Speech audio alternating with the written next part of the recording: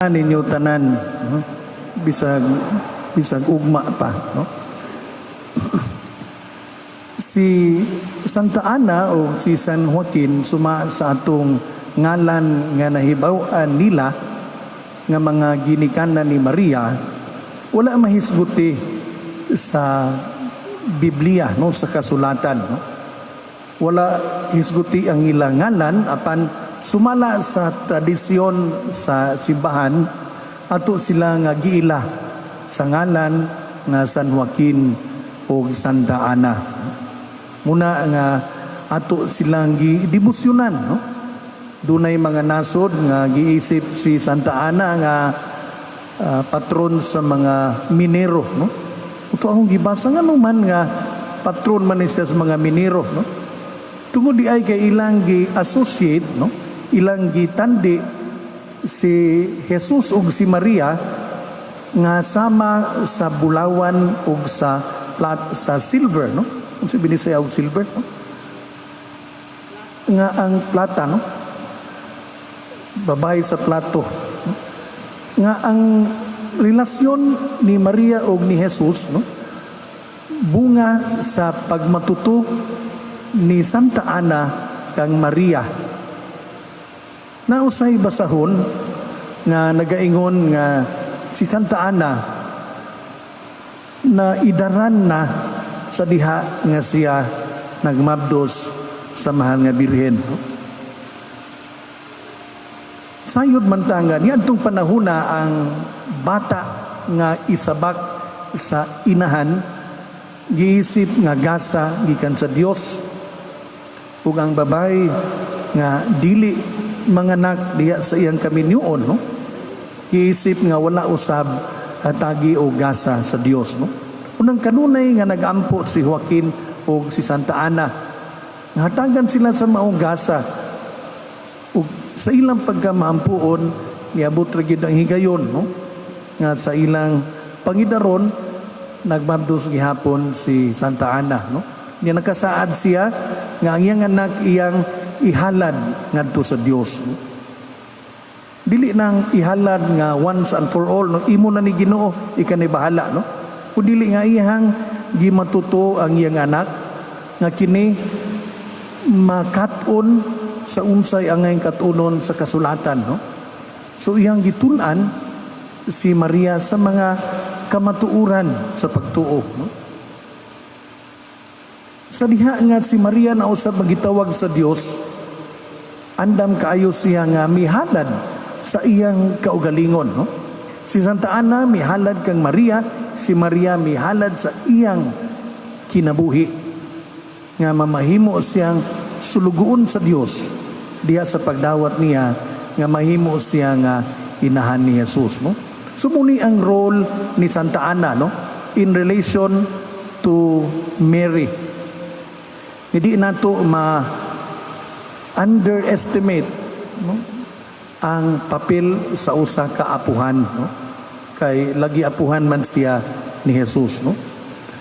Ang pagmatuto sa inahan sa usa ka anak, no, diya siyang pag-andam nga ang iyang anak mahimong magmatinumanon sa kabubuton sa Dios. Daghan manggong mga ginikanan nga magtuo nga ang ilang anak ilahang property. Tungod bitaw kay sila'y nagpakaon, sila nagpadako, no? Sayon ra kay nilang butan unsay gusto nilang mahitabo sa ilang anak, no? Ang uban gusto nga mahimo usab nga sama kanila ang ilang mga anak, no? Kay mo na ilang kabilin sa kalibutan. Ang uban mo'y magbuot unsay eskwelahan, unsay kurso, kinsay pamanhonon, no? Dili na nila huna-hunaon og unsay ambisyon sa bata, no? Kung nindot kaayo ang papel ni Santa Ana kay iyang giandam ang iyang anak nga makat-on og paminaw sa pulong sa Dios ug tinuod sa pagkadungog ni Maria sa mensahe gikan sa anghel, no? Dali kayo siya nga nakatangdo sa kabubuton sa Dios, no? So kung nindot kay mahitabo sa usa ka ginikanan, no? Nga siya maka-umol sa iyang anak, nga siya maka-andam sa iyang kaugalingon pagka matinumanon sa kabubuton sa Dios, no? Kay mao man ni ehemplo ni Santa Ana, no? Pagka matinud-anon ug masaligon sa Dios bisan sa mahigayon nga daw imposible na nga sila hatagan sa gasa sa usa ka anak. Muna ang hagit, no? Hangtod kanusa man ta mosalig sa Ginoo. Kana lang bang pabor sa atong gusto? Nabita to iniingon nga, ako salig ko sa Ginoo kay God provides, no? Bisag unsay iyang gipangayo sa Ginoo, gihatag yun niya, no? Tagaan siya maayong trabaho, maayong panginabuhi, no? Itagaan sa laing hagit sa Ginoo, no? Karon kay misalig man jud ka nga God provides. Gamiton ko ikaw nga ika na po'y mo provide sa mga nanginahanglan, no? Maayo naman imong pagkabutang unsaon man nimo pagtabang sa mga nanginahanglan aron makaingon pud tong nanginahanglan nga God provides, no? Siguro gibuhong kas Ginoo sa panahon nga ikay nangayo, no? Unsa ka sa panahon ang Ginoo na puy moingon nga buhunga ang imong isig kaingon, no? Lahi nga hagit, no? Ang uban magluod tingali, no? Nay mga higayon nga di ta kasabot ngano nga sa atong pagtuman sa kabubuton sa Dios agiunta og kalisod, no? Magtuo manggod ta nga ang tanang kalisod kastigo sa Ginoo. Pila kay nagtuo dinhi nga kining COVID-19 kastigo sa atong mga sala. O tingali katong mga santan magtuo pud siguro ta. Pero pila kaha ang nituo nga kining maong kahimtang nato karon hagit nato unsaon nato pag salig sa Ginoo sa panahon niining maong pagsulay, no? Lahi nga perspektibo. Si Solomon bitaw sa dihang gipangutana sa Ginoo unsa iyang pangayoon sa iyang pagkahari, unsa may gipangayo kaalam. Nangayo siya sa kaalam kay lagi sa iyang kabatanon wa sa kahibaw unsay buhaton sa usa ka hari, no? Wa sa mangayog katigayunan, wa sa mangayo og dugang gahom. Nangayo siya sa kaalam. Ihatagan siya sa kaalam nga gikan sa Dios, no? Nalipay ang Dios sa iyang gipangayo, no? Ang kaalam nga gikan sa Dios atong gikinahanglan aron atong masayran ug unsay maayo nga direksyon sa atong kinabuhi, no? Dili na siya decision making, no? Muna gitawag na to discernment, no? Doon naman ni kalahian ang duha, no?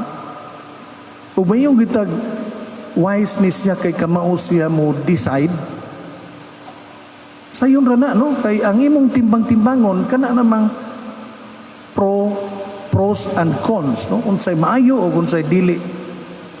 Maayo ni siya ani, uni siya collateral damage, plus minus, unsay total, muna siya atong buhaton, no? Mathematical.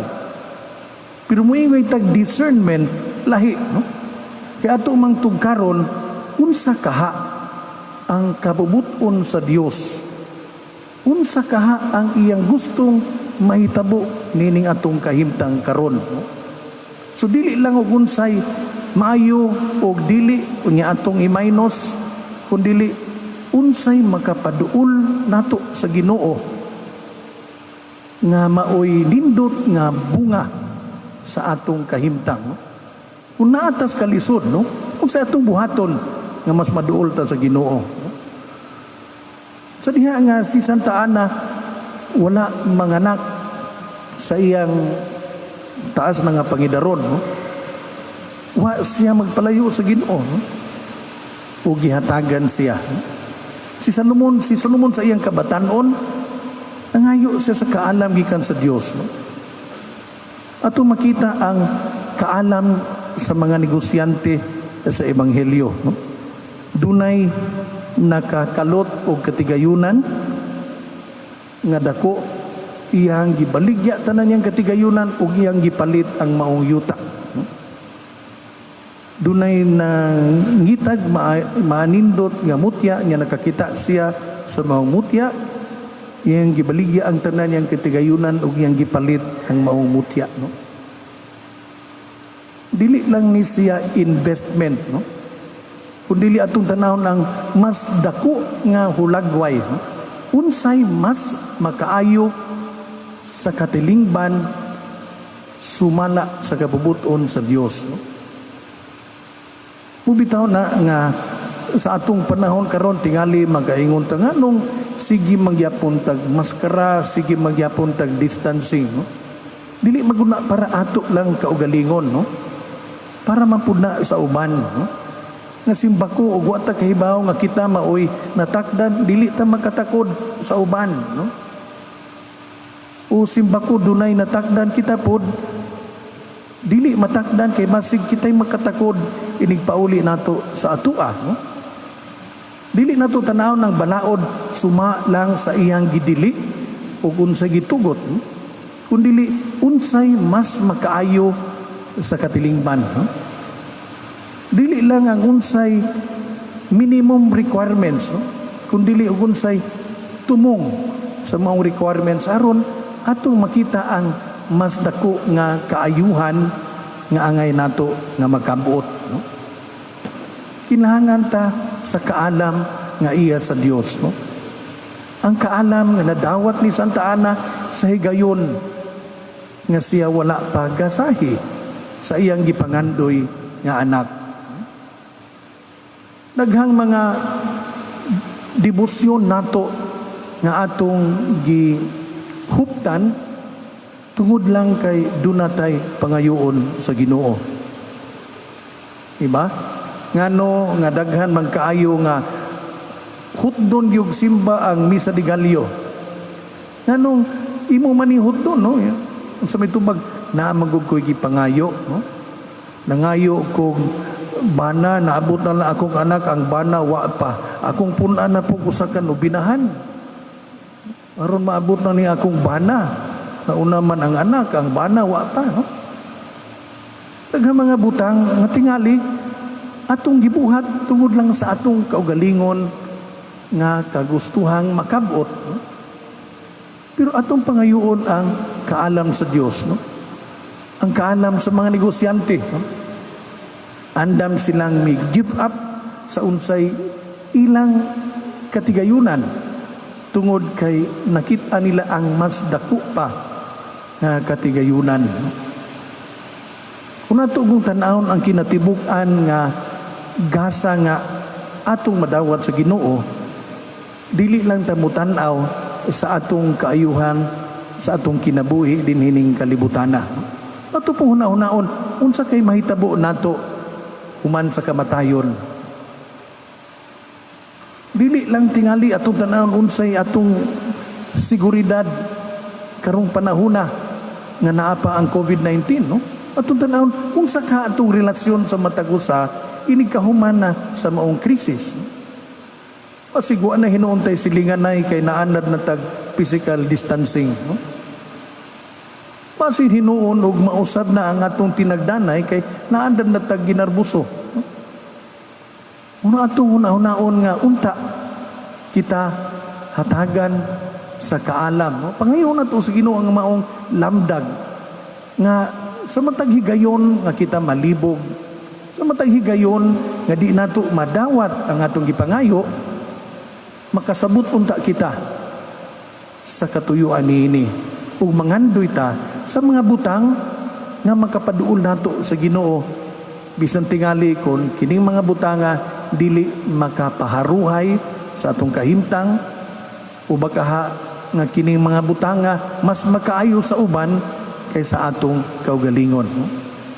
Inautunta nga hatagan ta sa kaalam nga gihatag sa Dios ni Salomon ug nga hatagan kita sa kinaiya ni Santa Ana diha sa iyang pagdawat ni Maria isip iyang anak ug sa iyang pagmatutukang Maria isip iyang halad ngadto sa Dios aron si Maria maandam nga mohalad sa iyang kaugalingon sa kababuton sa Dios. Naon punta.